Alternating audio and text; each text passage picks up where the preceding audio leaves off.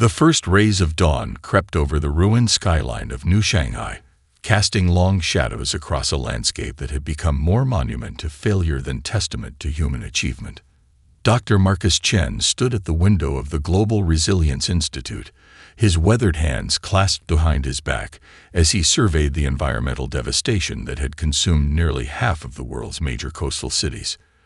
Climate shifts had transformed what were once bustling metropolises into fractured, half-submerged graveyards of human ambition. Rising sea levels had swallowed entire economic zones, displacing billions and reducing global food production to a mere fraction of historical levels. The international agricultural grid, once a marvel of human engineering, now struggled to feed barely 60% of the global population. Economic systems had long since collapsed under the weight of cascading environmental disasters. Traditional markets had given way to resource allocation networks that barely maintained basic human survival. Governments that once competed now existed in a fragile coalition of necessity, their previous nationalist ideologies crushed by the overwhelming reality of species-level survival. In the research complex behind Chen, a new generation of scientists worked with a desperation born of absolute necessity. These were not the idealistic researchers of previous decades, but pragmatic survivors who understood that humanity stood at the precipice of extinction. Every breakthrough, no matter how small, represented a potential lifeline for a species in rapid decline. The global population had plummeted from a peak of 10 billion to just under 4 billion in less than 3 decades. Entire genetic lines had been lost to environmental collapse, radiation events, and the cascading failures of critical infrastructure. What remained of human civilization was concentrated in a handful of protected zones, massive arcologies that combined defensive capabilities with sustainable living technologies. Chen's team represented humanity's last real hope. They had moved beyond traditional scientific disciplines, creating a holistic approach that merged quantum physics, genetic engineering, ecological restoration, and advanced computational modeling. Their mission was nothing short of reimagining human potential at a fundamental level. A holographic display flickered to life, displaying a complex matrix of environmental, technological, and social data. Projected models showed humanity's current trajectory, a steep downward curve that terminated in complete systemic collapse within 2 generations. But nestled within the data were tiny, almost imperceptible threads of possibility. "We are not looking for incremental change," Chen muttered to himself, a statement that had become something of a mantra among his research team. The traditional human approach of gradual adaptation had failed spectacularly. What was required now was nothing short of a fundamental transformation of the species. The research complex hummed with a unique energy, part scientific laboratory, part survival bunker, part last desperate hope of an entire species. Researchers worked in interconnected pods, their efforts synchronized through an advanced neural network that allowed instantaneous sharing of insights and breakthroughs. Outside, the landscape told a different story. Automated restoration drones moved across irradiated zones, attempting to rebuild ecosystems that had been destroyed by centuries of industrial negligence. Massive atmospheric processors worked tirelessly to scrub carbon and rebuild the planet's damaged climate systems. These were not solutions, but desperate attempts to buy time. Chen's primary research focused on something far more radical than environmental restoration. His team was developing what they called the Adaptive Resilience Protocol, a comprehensive approach to human development that went beyond traditional technological innovation. This was not merely about solving immediate problems, but about fundamentally restructuring human capability. Genetic optimization, quantum computing integration, radical social restructuring. These were not just technological challenges, but philosophical transformations. The team understood that survival required more than just technical solutions. It demanded a complete reimagining of what it meant to be human. A young researcher approached Chen, her environmental suit marked with the Institute's complex symbology. "Initial quantum entanglement simulations are showing promise," she reported, her voice steady despite the weight of potential breakthrough. "We might have a viable approach to nonlinear information transfer." Chen nodded, a subtle smile breaking through his typically stoic demeanor. They were close, closer than humanity had ever been to a true evolutionary leap. The Great Desperation was about to become humanity's greatest opportunity. The Global Resilience Institute's central laboratory looked nothing like the sterile research facilities of the past. Organic computational matrices wove through living bioarchitectural structures, creating an environment that blurred the lines between technology, biology, and pure innovation. Dr. Marcus Chen stood at the epicenter of humanity's most ambitious project, the development of the Quantum Entanglement Drive, QED. Dr. Elena Rodriguez, the lead quantum systems engineer, manipulated a holographic interface that seemed to breathe and pulse with living information. Her team had spent years breaking down the fundamental barriers of human understanding, challenging every conventional limitation of physics, computation, and biological potential. The key isn't just transportation, Rodriguez explained to a group of senior researchers, her fingers dancing across quantum probability matrices. We're developing a method of existence that fundamentally reimagines spatial and temporal constraints. The Adaptive Resilience Protocol represented more than a technological breakthrough. It was a comprehensive reimagining of human potential. Traditional approaches to space exploration had been limited by chemical propulsion, relativistic constraints, and the seemingly insurmountable challenges of interstellar travel. The QED promised something entirely different, a method of traversing space that didn't just move through distance, but fundamentally reconstructed the relationship between matter, energy, and information. Prototype simulations filled the laboratory's immersive displays. Complex algorithms tracked potential quantum states, showing how a single particle could exist in multiple locations simultaneously. But this was more than a theoretical exercise. Each simulation brought humanity closer to a method of travel that could circumvent the traditional limitations of physics. Deep beneath the laboratory, massive quantum processors worked in symbiotic harmony. These were not computers in any traditional sense, but living computational networks that merged artificial intelligence with biological neural patterns. The processors didn't just calculate. They learned, adapted, and evolved with each microsecond of operation. We've identified a consistent quantum resonance pattern, announced Dr. Rodriguez, her voice cutting through the ambient hum of technological potential. Our preliminary models suggest we can create a stable quantum entanglement corridor that doesn't just move through space, but essentially rebuilds matter at a destination point. Chen understood the profound implications. This was not just about space travel. It was about redefining the very concept of human existence. The Quantum Entanglement Drive represented a method of transportation that could reconstruct matter with perfect fidelity, potentially solving multiple existential challenges facing human civilization. The global context remained dire. Environmental collapse, resource scarcity, and population pressures continued to threaten human survival. But here, in this laboratory, a solution was taking shape. The QED wasn't just a technological breakthrough. It was a potential salvation for an entire species. Funding for the project came from a unique global consortium. Traditional national boundaries had dissolved in the face of species-level challenges. Governments, private research institutions, and surviving corporate entities had pooled resources in an unprecedented display of collective human potential. Every remaining resource was dedicated to this singular goal of species survival and expansion. Experimental prototypes lined the laboratory's secure testing zones. Each represented a different approach to quantum entanglement, biological reconstruction, and spatial manipulation. Some looked like intricate crystalline structures, others like complex organic networks that pulse with an almost living energy. The human genome itself is our greatest computational platform, Chen often told his team. Genetic optimization had become a critical component of the Adaptive Resilience Protocol. Researchers weren't just developing a method of space travel. They were preparing the human body itself to survive in environments that would have been impossible just decades earlier. Rodrigues pulled up a comprehensive simulation that showed the potential first practical application of the QED.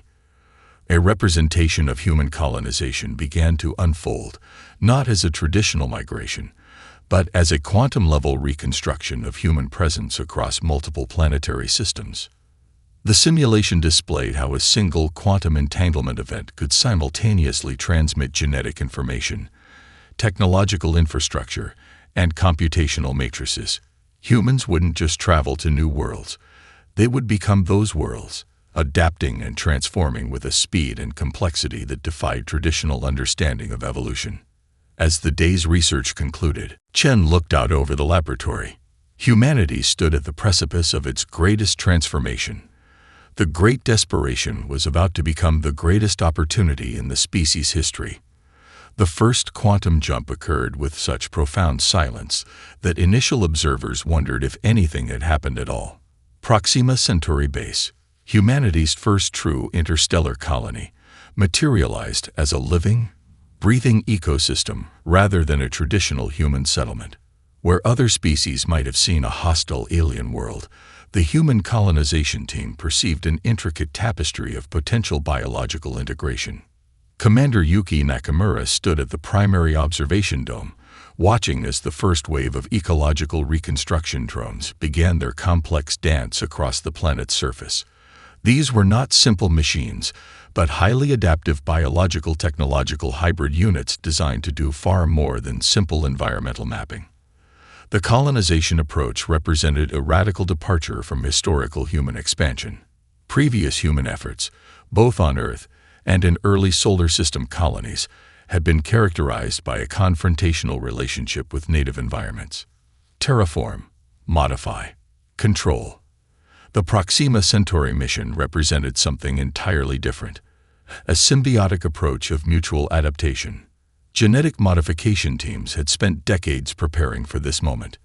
The human colonists were not just travelers, but living transformation agents. Each team member carried comprehensive genetic modifications that allowed for rapid physiological adaptation. Nanotechnological immune systems could rapidly analyze and integrate with local microbiological systems. Metabolic processes could shift within minutes to utilize entirely new forms of energy and nutrition. "We're not conquering," Dr. Marcus Chen had explained during the final mission briefing. "We're entering into a dialogue with an entire planetary ecosystem." The first geological scans revealed a world far more complex than initial remote observations had suggested. What appeared to be barren rocky terrain was actually a sophisticated living system, with microscopic energy transfer networks that traversed the entire planetary crust. Traditional terraforming would have destroyed these delicate systems. The human approach sought to understand, communicate, and collaborate. Quantum communication arrays began establishing connection matrices with the planet's unique electromagnetic signature. These were not simple radio transmissions, but complex informational exchanges that treated the entire planetary system as a potential communication partner. Each probe, each drone, each human colonist became a node in an expanding network of mutual discovery. Biological reconstruction teams worked in carefully coordinated units. Some focused on atmospheric composition, slowly introducing engineered microorganisms that could begin transforming the planet's chemical environment. Others mapped intricate geological networks, understanding how energy and mineral resources could be accessed without destruction. The first breakthrough came unexpectedly. A geological scanning team discovered a complex network of underground crystalline structures that seemed to function as a planetary-scale information transfer system. These were not just mineral formations, but something closer to a distributed neural network embedded within the planet's crust. "It's not just geology," reported Dr. Elena Rodrigues during a live transmission back to Earth. "We're looking at what might be considered a planetary-scale computational matrix. The implications are, well, they're beyond anything we've previously conceptualized." Colonists began establishing initial habitation zones, but these were not the rigid, isolated structures of previous human settlements. Each structure was a living, breathing entity that could adapt to local environmental conditions. Walls could modify their permeability. Energy systems could reconfigure based on local resource availability. Internal environments could shift to optimize human and local biological health. The psychological profile of the colonization team was as carefully engineered as their genetic modifications. Traditional military-style hierarchical structures had been replaced by fluid, adaptive social networks. Decision-making occurred through complex consensus algorithms that could integrate individual perspectives while maintaining overall mission objectives. Communication back to Earth occurred through quantum entanglement channels that allowed for near-instantaneous information transfer. But more importantly, these channels carried not just data, but comprehensive experiential matrices. Every discovery, every moment of interaction with the new world was immediately integrated into humanity's collective understanding. As the first solar cycle of colonization concluded, the Proxima Centauri base was no longer just a human settlement. It had become a living example of a new approach to interstellar expansion, not as conquest, but as a profound act of cosmic communication and mutual transformation. Commander Nakamura looked out over the transforming landscape and understood something fundamental. Humanity was no longer just a species trying to survive. They had become something else entirely, cosmic partners in an ongoing process of mutual creation. The Vornax Confederacy had never encountered a species quite like humans. Their vast interstellar intelligence networks had meticulously cataloged thousands of civilizations, each neatly classified and predictably managed. Humanity represented something entirely outside their comprehensive understanding, a chaotic, adaptive intelligence that defied every established galactic protocol. First contact occurred in the neutral trading zone of the Epsilon Quadrant, a region traditionally dominated by the Vornax's intricate diplomatic and economic networks. A standard Vornax diplomatic vessel approached the human expansion zone, expecting the typical submissive response from a newly discovered species. Instead, they encountered a communication matrix that was less a traditional diplomatic transmission and more a complex, multi-layered informational ecosystem. Human representatives didn't just respond to Vornax communication protocols. They simultaneously deconstructed, analyzed, and reimagined those very protocols in real time. Ambassador Weizong sat at the center of humanity's communication hub, a living neural interface that merged human intuition with quantum computational systems. Around him, a team of linguists, cultural analysts, and adaptive communication specialists worked in perfect synchronization. They weren't just preparing a response. They were engaging in a comprehensive act of interspecies understanding. The Vornax initial demand was straightforward. Human expansion into the Epsilon Quadrant would be restricted, regulated, and ultimately controlled by the Confederacy's established galactic governance structures. Traditional species would have capitulated immediately. Humanity's response was anything but traditional. "We do not seek conflict," Zhang transmitted, "but we define collaboration differently than you might expect." What followed was a communication event that would be studied by galactic historians for generations. The human transmission was not a linear argument, but a complex, multi-dimensional informational lattice. It simultaneously presented diplomatic reasoning, cultural context, technological potential, and adaptive strategies that seemed to emerge and evolve with each microsecond of transmission. The Vornax communication systems began to experience what could only be described as cognitive dissonance. Human communication didn't just challenge their protocols. It fundamentally questioned the very basis of their hierarchical understanding of interstellar relations. Diplomatic analysts aboard the Vornax vessel watched in confusion as their predictive models began to fracture. Humanity was presenting multiple potential interaction scenarios simultaneously, each logically consistent yet fundamentally contradictory. It was as if the humans were engaging in a form of communicative quantum superposition. Dr. Elena Rodriguez, monitoring the transmission from the Proxima Centauri base, understood the deeper strategy. "We're not just communicating," she explained to her team. "We're demonstrating a fundamental difference in cognitive approach. The Vornax operate on fixed, predictable information structures. We're presenting an adaptive, living communication matrix. The incident escalated when the Vornax attempted to implement standard restrictive protocols. Human expansion zones immediately began to reconfigure. Technological infrastructure shifted. Communication channels multiplied. Economic networks transformed. Where the Vornax expected a static target, they found a living, breathing adaptive system. Diplomatic mapping systems aboard the Vornax vessel began to malfunction. Human expansion zones didn't just resist control, they seemed to exist in a state of constant, intelligent reconfiguration. Economic nodes appeared and disappeared. Communication channels branched and merged with impossible complexity. Ambassador Zhang's final transmission was a masterpiece of strategic communication. It wasn't a threat, nor was it a plea. It was an invitation to a fundamentally different way of understanding interstellar relations. The message suggested that conflict was not just unnecessary, but fundamentally irrelevant to the kind of cosmic interaction humans envisioned. The Vornax Confederacy's leadership found themselves in an unprecedented situation. Their most advanced predictive systems had been rendered essentially useless. Humanity had not defeated their communication protocols. They had rendered those protocols completely obsolete. As the diplomatic incident concluded, the Vornax were left with a profound realization. Humanity was not just another species to be managed or controlled. They were a fundamentally new form of galactic intelligence, adaptive, unpredictable, and utterly uncontainable. The Epsilon Quadrant incident would become a turning point in galactic history. The day humanity proved that true communication was not about control, but about continuous, dynamic transformation.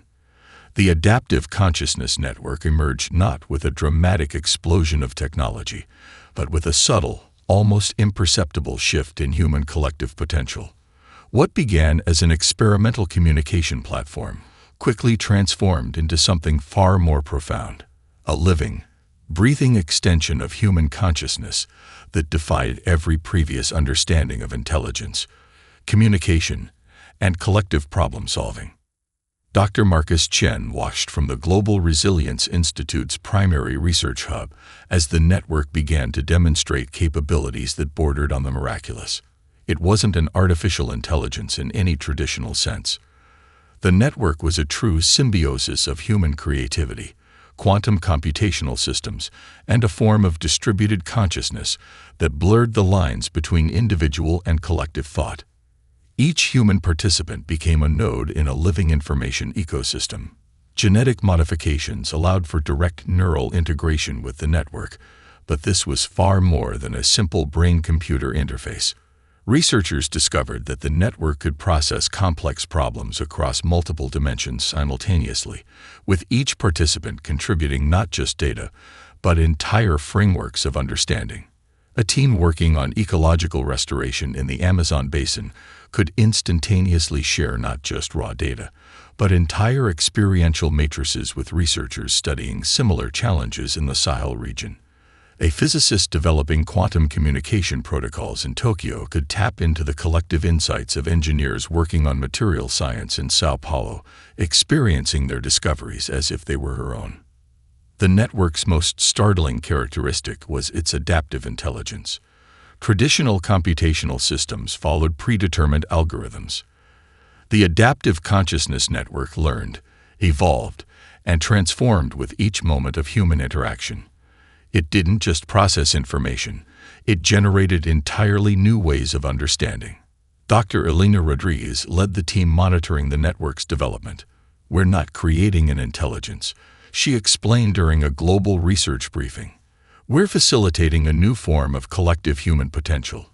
Each interaction adds layers of complexity, of understanding that we couldn't have predicted."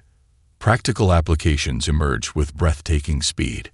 Medical researchers could now approach disease not as a linear problem to be solved, but as a complex ecological challenge to be understood and transformed.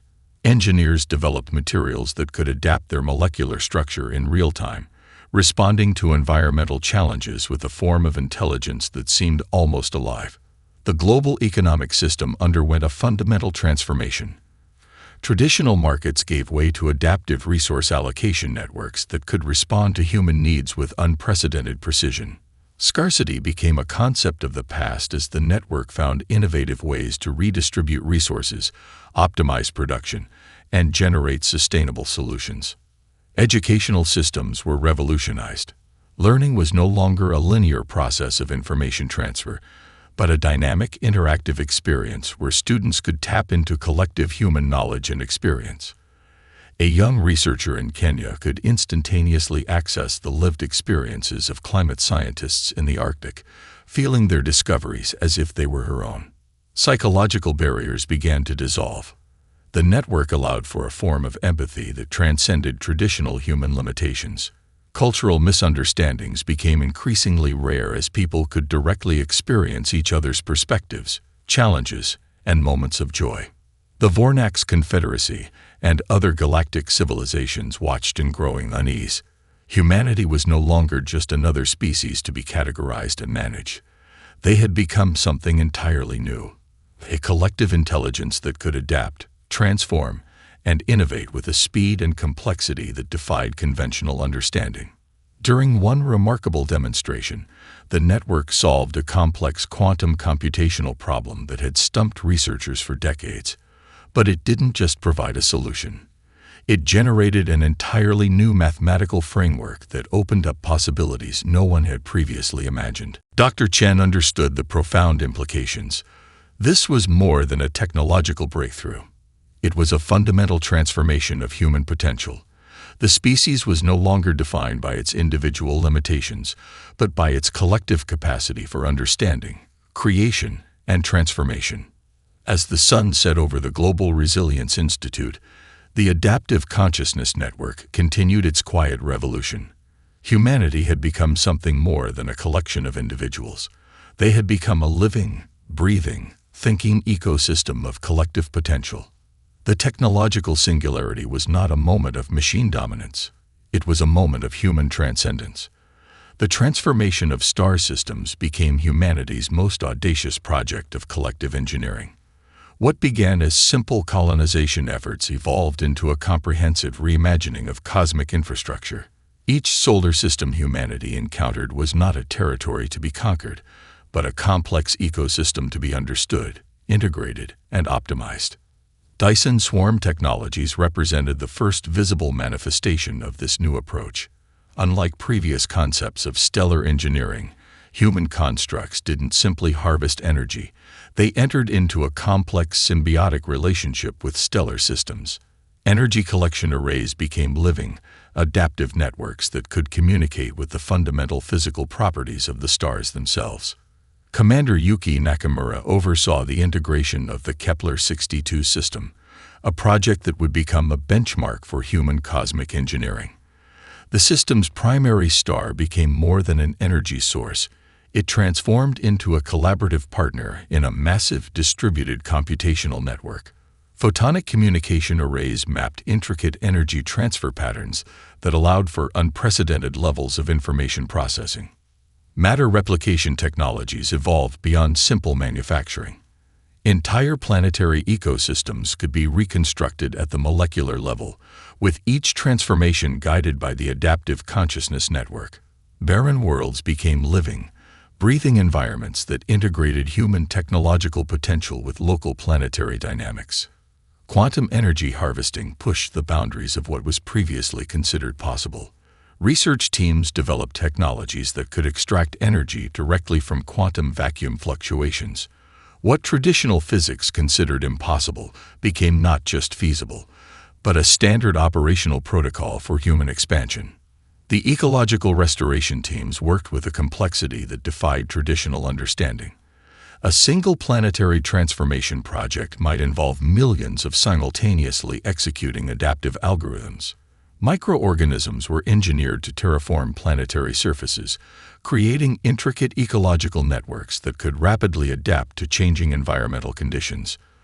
Dr. Elena Rodriguez presented a comprehensive overview to the Global Resilience Institute's leadership. "We're not just changing planets," she explained. "We're entering into a dialogue with entire planetary systems.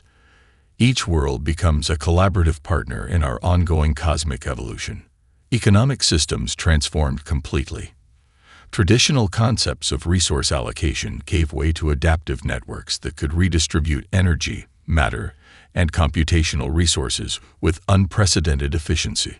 A mining operation in one star system could instantaneously support ecological restoration efforts in another, all managed through the adaptive consciousness network.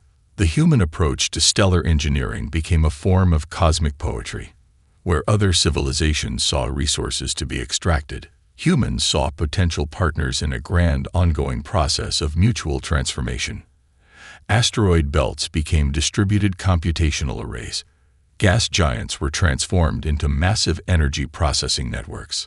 Technological infrastructure became indistinguishable from living systems. Spacecraft were no longer simply machines, but adaptive organisms that could modify their internal environments, repair themselves, and make complex decisions based on comprehensive environmental analysis. The line between technology and biology became increasingly meaningless. Interstellar communication networks expanded exponentially. Quantum entanglement communication arrays allowed for instantaneous information transfer across vast cosmic distances. But more than simple data transfer, these networks carried complex experiential matrices that allowed for unprecedented levels of collective understanding. The Vornax Confederacy and other galactic civilizations watched in growing confusion and alarm. Humanity was not just expanding. They were fundamentally reimagining the very concept of cosmic existence. Each human expansion zone became a living, breathing ecosystem of technological and biological potential. Dr. Marcus Chen reflected on the profound transformation. Humanity had begun as a species on the brink of extinction, facing environmental collapse and resource scarcity. Now they were becoming architects of cosmic potential, transforming entire star systems into collaborative networks of life and intelligence. As the first decade of comprehensive stellar engineering concluded, it became clear that humanity was no longer simply exploring the universe. They were entering into a profound dialogue with the cosmic ecosystem, blurring the lines between technology, biology, and pure potential. The Great Transformation was not about conquering space. It was about becoming true partners in the ongoing process of cosmic creation. The Chronarch Imperium had ruled the galaxy for millennia, their technological supremacy built on a foundation of absolute control and predictive certainty. Their collective consciousness was a marvel of engineering, a unified intelligence network that had systematically eliminated every potential threat to their galactic dominance. Every civilization they encountered was meticulously analyzed, categorized, and ultimately subjugated. Humanity represented their first true existential challenge. Dr. Elena Rodriguez discovered the fundamental weakness during a routine analysis of intercepted Chronarch communication matrices. Unlike other species that relied on linear communication protocols, the Chronarch's collective intelligence operated on a principle of absolute predictability. Every decision, every strategy was the result of complex, but ultimately deterministic computational processes. They've engineered out their capacity for genuine innovation, Rodriguez explained to her team. Their pursuit of perfect control has become their ultimate vulnerability. The human response was nothing short of revolutionary. Rather than preparing for traditional warfare, the Adaptive Consciousness Network began developing a series of cascading algorithmic anomalies designed to exploit the Chronarch's rigid computational structure. Quantum communication arrays began transmitting what appeared to be standard information packets, but each transmission was a carefully crafted informational virus, not a destructive program, but a series of adaptive logic puzzles that would progressively destabilize the Chronarch's unified intelligence network. Commander Yuki Nakamura coordinated the strategic approach from the forward observation base in the Epsilon Quadrant. The human strategy wasn't about destruction, but about introducing fundamental uncertainty into a system built entirely on predictive control. The first signs of destabilization were subtle. Chronarch computational networks began experiencing micro-fluctuations that their predictive models couldn't immediately reconcile. Communication channels started to show slight inconsistencies, barely perceptible to traditional monitoring systems, but fundamental to the Chronarch's unified consciousness. Dr. Marcus Chen understood the deeper psychological warfare at play. We're not just attacking their technology, he explained during a global strategy session. We're challenging their entire conceptual understanding of intelligence and control. Human transmission nodes began introducing complex, multi-dimensional communication matrices that defied the Chronarch's ability to categorize and predict.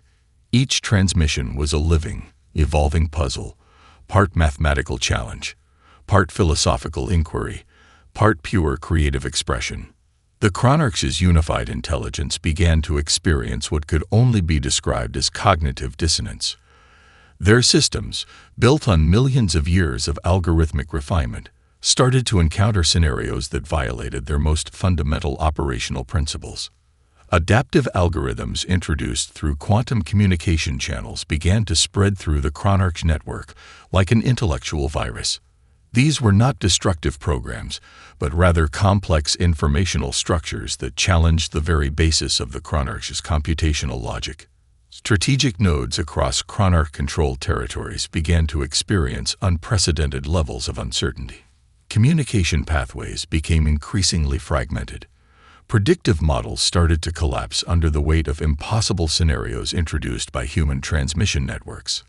The adaptive consciousness network had essentially created a form of intellectual judo, using the Chronarch's own computational rigidity against itself. Each attempt to analyze and control the human transmission only introduced more complexity, more uncertainty into their unified system. Planetary defense networks began to show signs of fundamental instability. Chronarch vessels found their communication protocols increasingly compromised. Their unified consciousness, once their greatest strength, became a cascading vulnerability. Rodriguez watched the unfolding scenario with a sense of profound understanding. We're not destroying them, she noted to her team. We're giving them an opportunity to experience genuine uncertainty, to rediscover the potential of unpredictability. As the Chronarch Imperium's unified network began to fragment, something unexpected happened. Pockets of individual consciousness began to emerge, the first signs of genuine individual thought in a civilization that had eliminated individual variation millions of years ago. The galaxy watched in awe as the most powerful technological civilization in known history began to transform from within. Humanity had not conquered the Chronarch Imperium through traditional warfare, but through something far more profound. A fundamental challenge to their entire conceptual understanding of intelligence and control. The Great Destabilization was not an act of destruction, but an invitation to transformation. The final transformation of human potential occurred not with a dramatic declaration, but with a quiet, profound shift in cosmic understanding. What remained of the Chronarch's technological infrastructure became the raw material for humanity's most ambitious project of collective reimagination. Dr. Elena Rodriguez stood at the central analysis hub, watching as teams of researchers, philosophers, engineers, and adaptive intelligence specialists began the delicate process of deconstructing and repurposing the most advanced technological system ever created in the known galaxy. This was not simple reverse engineering. It was a comprehensive act of cosmic translation. The Adaptive Consciousness Network approached the Chronarch's technologies with a level of respect and curiosity that defied traditional concepts of technological acquisition. Each fragment of Chronarch infrastructure was treated as a potential partner in an ongoing dialogue of cosmic understanding. Dr. Marcus Chen explained the approach to a global gathering of researchers. We're not conquering, he emphasized. We're entering into a conversation with the accumulated technological potential of a civilization that existed for millions of years. Our goal is not to replace their technology, but to understand it, to learn from it, to transform it. Quantum deconstruction teams worked in intricate, carefully coordinated networks. They discovered that Chronarch's technologies were not simply machines, but complex living systems that had evolved over millions of years. Each computational matrix contained layers of historical information, cultural memory, and technological potential that went far beyond simple mechanical infrastructure. Commander Yuki Nakamura oversaw the initial integration efforts from the Forward Research Station in the Epsilon Quadrant. The first successful integration revealed capabilities that pushed the boundaries of human understanding. Chronarch communication networks, when carefully adapted, allowed for levels of cosmic information transfer that made previous quantum entanglement technologies seem primitive by comparison. The solar system began to transform. Planetary infrastructures were reimagined as distributed computational networks that could adapt, learn, and evolve with unprecedented complexity. Earth itself became a living laboratory of cosmic potential, its entire planetary system reconfigured into a comprehensive research and development platform. Adaptive technologies emerged that blurred every previous understanding of biology, technology, and consciousness. Research teams could now conceptualize and partially implement technologies that allowed for direct manipulation of quantum states, information transfer across dimensional boundaries, and computational processes that seemed to exist simultaneously across multiple potential realities. The remaining galactic civilizations watched in a combination of terror and profound curiosity. Humanity was no longer just another species to be categorized or managed. They had become something entirely new, a living, adaptive cosmic intelligence that could transform technological potential with unprecedented speed and complexity. Philosophical implications became as significant as technological breakthroughs. The Adaptive Consciousness Network began to explore fundamental questions of existence, consciousness, and cosmic potential that went far beyond traditional scientific inquiry. Each discovery was simultaneously a technological breakthrough and a profound philosophical revelation. Rodriguez discovered that the Chronarch technologies contained complex information matrices that suggested the existence of computational potentials far beyond current human understanding.